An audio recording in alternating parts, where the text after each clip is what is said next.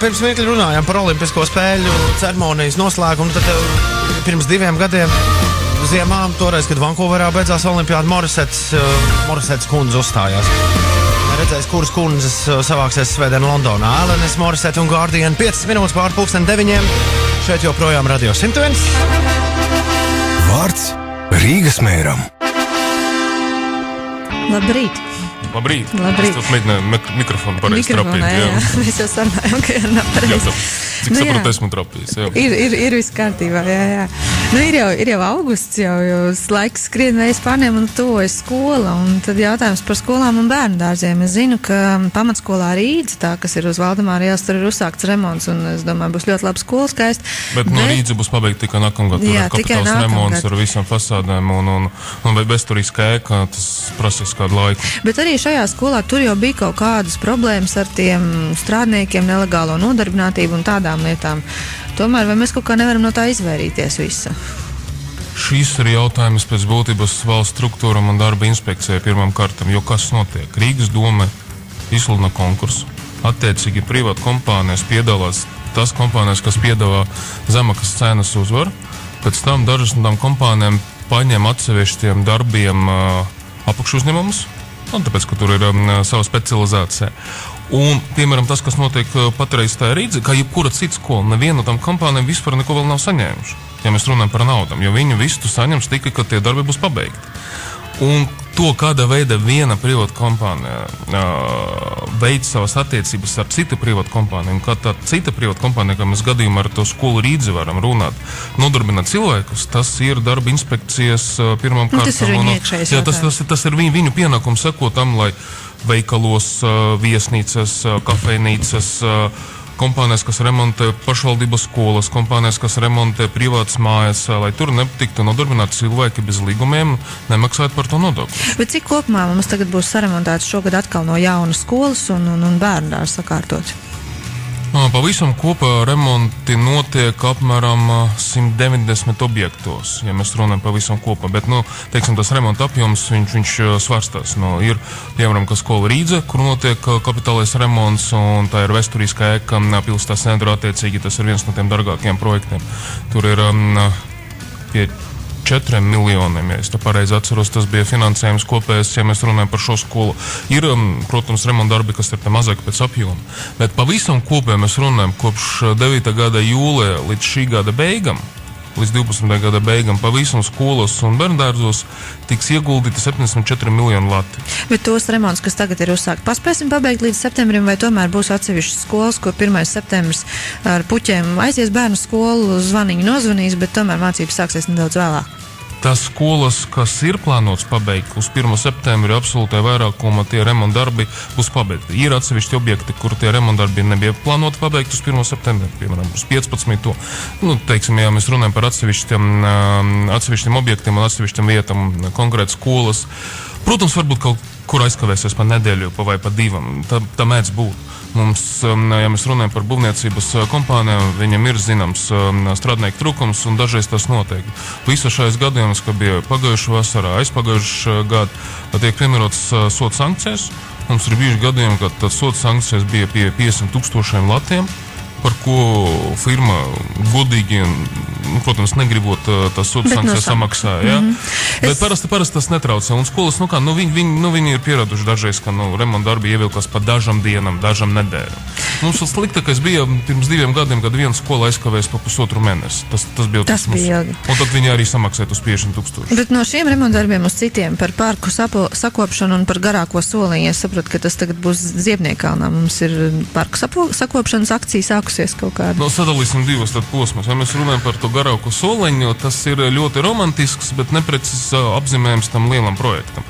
Jo garākais soliņš ir tikai viens no elementiem, kas tur būs. Ziebniekalnā. Ziebniekalnā ir plānots izveidot lielu promenādu, kas pēc platības ir 2 hektāri. Tas ir daudz. Piemēram, Kronvalda parks ir 12 hektāri. Tas ir, salīdzināms, teiksim, ar nelielu skvēru, kur būs Tā skaitā tas zināmais visai Rīga jau tagad soliņš, kur būs apgaismojums, kur tiks sakārtots attiecīgi ņemot vērā, ka tas ir mikrorajons vispārzemes komunikācijas, kur būs paredzēts vietas atpūtai, bērniem, bērnu laukumiem un tā tālāk. Un līdz ar to tas projekts, viņš nebūs lēts, viņš nebūs dārgs. Viņš būs salīdzināms ar jebkuru citu projektu, kā piemēram Pļavnieku parks, kas bija izveidots pagājušajā gadā pirmā kārta, šogad tiks pabeigta otrā kārta. Kas ar Lucavsalu notiek? Kaudze? Lucavsalu. Lucavsalā viss notiek patreiz ļoti labi, bet tur bija vēl pagājušajā gadā pamestie tie mazdārzeņi, kur izskaties briesmīgi, gan vizuāli, gan policijas viedokļa. Tagad tur viss ir sakopts. Uz pilsētas svētkiem mēs pabeigsim tur bez tā sakopšanas visiem darbiem izveidot takas un uzlikt stacionāru apgaismojumu. Līdz ar to tas parks būs lietojams arī gada tumšā laikā, piemēram, pa ziemu tur varēs lepot un vienkārši atpūsties. To mēs izdarīsim šogad. Nākamgad pavasarī uzliksim tur pludmales volejbolu. Es domāju, ka ņemot vērā pēdējais notikums sportos būs īpaši populārs basketbols, bērnu laukumi, piknikzonas, jo tur ir atkal ap kādiem 11 hektāriem. Tur ir liela teritorija. Un, protams, galvenais tur ir pludmale. Es jau redzēju, ka pirms 2 nedēļām, kad bija karsts laiks, tur jau tad bija pārpildījis ar cilvēkiem. Un ūdens tur jau ir tīrs, jo cilvēki, kas tur makšķerē, viņi stāsta, ka tur pat vēža dzīvo. Un tas liecina par to, ka ar ūdeni viss kārtībā. Vēl kādu parku lielu ir plānots sakārtot vai izveidot no jauna? No jauna mums šogad tiks pabeigta Pļavnieku, tas ir jaunais parks, tā Pļavnieku parka otrā kārta, bet mums notiek darbi ar esošu parku sakārtošanu. Patreiz notiek konkursu darbi, lai līdz nākamgada rudenim pilnīgi renovēt Griziņkalnu un Ziedendārzu. Tas nozīmē pilnīgi celiņi, beņķi, apgaismojums, visi arhitektūras elementi pilnīgi. Tie būs 2 parki, kā not absolūti jauni. Šovasar vēl paspēja sakārtot to nelielu daļu, kas ir palikuši pilsētas centram. Tas ir aiz operas, kur ir radio iela, kur ir tramvaja galapunkts. Tur viss būs sakārtos celiņus un beņķus. Plus mums, tā kā es stāstīju, jau Pļavnieku otrā kārta.